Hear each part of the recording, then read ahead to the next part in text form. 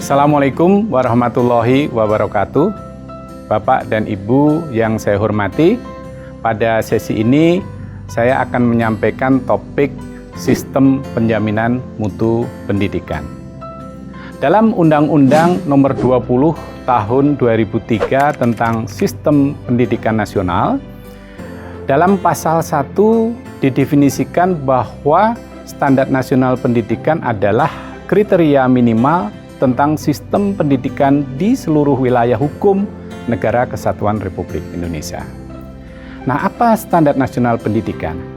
Standar nasional pendidikan diuraikan dalam pasal 35, yaitu terdiri atas standar isi, proses, kompetensi lulusan, tenaga kependidikan, sarana dan prasarana, pengelolaan, pembiayaan, dan penilaian pendidikan yang harus ditingkatkan secara berencana dan berkala.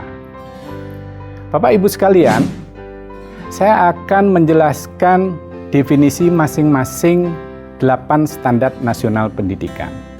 Yang pertama adalah standar kompetensi lulusan, yaitu kriteria mengenai kualifikasi kemampuan lulusan yang mencakup sikap, pengetahuan, dan keterampilan.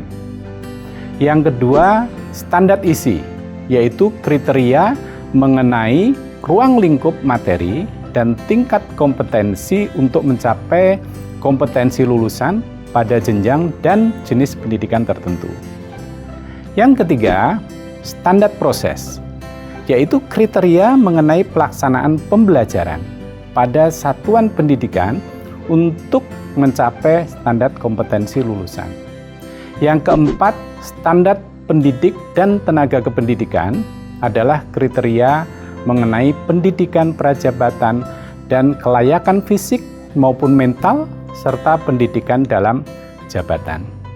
Yang kelima, standar sarana prasarana, yaitu kriteria mengenai ruang belajar, tempat berolahraga, tempat beribadah, perpustakaan, laboratorium, bengkel kerja, tempat bermain, tempat berkreasi dan berekreasi, serta sumber belajar lain yang diperlukan untuk menunjang proses pembelajaran, termasuk penggunaan teknologi informasi dan komunikasi.